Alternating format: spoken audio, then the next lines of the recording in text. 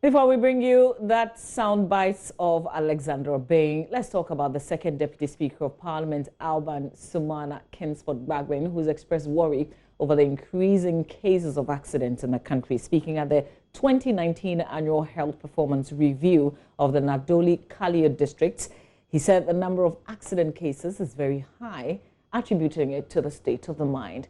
JoyNews Upper West correspondent Rafiq Salam reports from Nadoli. Deputy Speaker of Parliament and Member of Parliament for Nadoli-Kalio, Alban Sumana Kingsford Bagwin, speaking at the 2019 Annual Health Performance Review meeting of the Nadoli-Kalio district, commended the entire health workforce in the district in bringing health care to the doorsteps of the people. He was, however, worried about the increasing cases of accidents in the region. It's now beyond HIV/AIDS. I don't even know what I can compare it to now. The rate at which we perish through accidents is so high. And it's all from the state of mind. He said the increasing numbers of motorbike accidents has forced him to be reluctant buy motorbikes for constituents who are in need of them. And you know, when young people come to me again to buy them a motorbike, I'm very hesitant because I don't want to let them go before me. I'm ahead of them. I should go and leave them behind. But unfortunately, when you don't do it too, then you have a big problem in your hands. They can vote against you just because you don't get them motorbike. Now that I don't need your votes, I can disclose it to you. Alban Sumana Kingsford Bagwin pledged to work assiduously to help provide the Rural Health Directorate the equipment it needs to provide quality health care to the people. Because, you know, the capping system that the government is implementing has reduced the resources that are going to these departments and units. I hope next year we'll remove the cap and increase the percentages so that more money will get to the people than being pooled at the center and dictated to us whether it's one district, one factory, or one village, one dam, or it's one district hospital, one ambulance. And I was happy when you laughed because they don't know that just a few years ago we had two. It was not even one. Our district hospital, we had two. I was able to get two for the district hospital. You are praising yourself. Coordinating Director of the Nadoli-Kalio District Assembly, Safia Abdullahi, stood in for the Nadoli-Kalio District Chief Executive, Catherine Lankono. The Assembly, through its budget for 2020, has committed proposal, which, when approved, will see to the construction of our mother's hostel and a kitchen at the hospital under the Responsive Factor Grant, formerly known as DDF. We also have in the plan to connect electricity to Goli and Loho Chiefs Compound. Reporting for JoyNews, Rafiq Salam, Nadoli. Now we stay with the subject. We'll return to the Director of Education and Research of the Motor Transport and Traffic Department, Alexander Bain, who's got a few tips in case there's a tie burst whilst you're driving. Take your leg off the accelerator pedal, and you should continuously have full grip of the steering wheel and have full visibility of traffic. And when I say have full grip of the steering wheel, it means that one of the hand is not disengaged, and prior to the what do you call, where the vehicle, the tire got burst, you were not in excessive speeding what they call situation.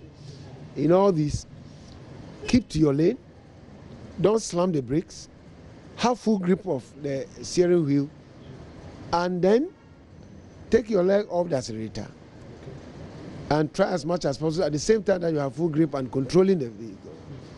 You begin to maneuver with your gear. Try as much as possible. That's where your concentration will be. Once you have full grip, and you try as much as possible to change from the higher gear to the bottom gear.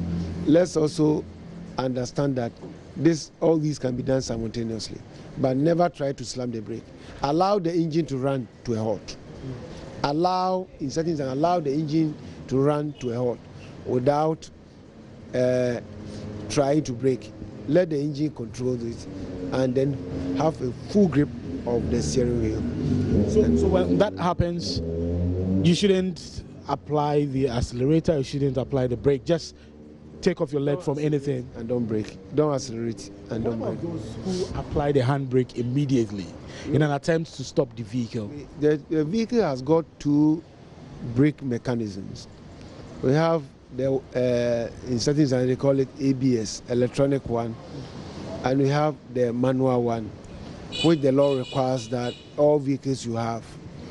You don't attempt to use the mechanical handbrake when you are on speed and your tire is also burst. You do that, you roll over and die quickly. So that is not necessary at all. I'm saying that when there is a tire burst, you try to have the full grip of the steering wheel, and then you then attempt also change the gear to a bottom gear and to give it the engine power to begin to slow down by itself, and then you have full visibility of traffic and keep to your lane. It is very good, and you try as much as possible to steer it to a safe ground. It's also very important, so that if you are to keep to the verge and the verge has also recoverable zone abutting it, then you maneuver there, but you don't try that you slam the brake. You slam the brake, you lose control, and the car will determine the direction for you, and that will not be safe.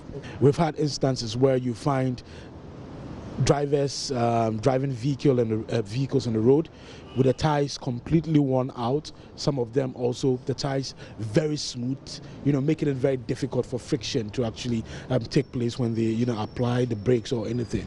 We want to find out from you, what is the proper care that drivers can give to their car tires? What should we look out for when we're going out to buy a car tire? What are the safety mechanisms or measures we can put in place for our car tires?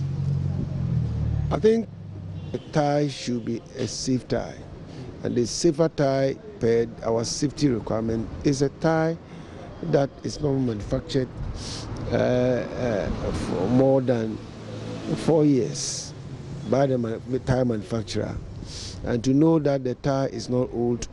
The date of manufacture, the date on which the tire was manufactured is embossed on the tire. And I'll give an example on, if you want to know how old the tire is. You only get the date of manufacturing, and the date of manufacturing is numbered in weeks and year. Every year has 52 weeks. So if a tire is manufactured in, let's say, today, and today, it's on the, I think, 9th? Yeah. 9th of, February. And it happens to be the 6th week of 2020. So a tire manufactured everywhere in the world by any tire manufacturing plant will emboss it 0620 on the tire, embossed on the tire, so that if I'm going out there to buy a tire today, I will look for a tire which is recently manufactured, not more than 4 years. Be safe on the road and join our campaign, Arrive Alive.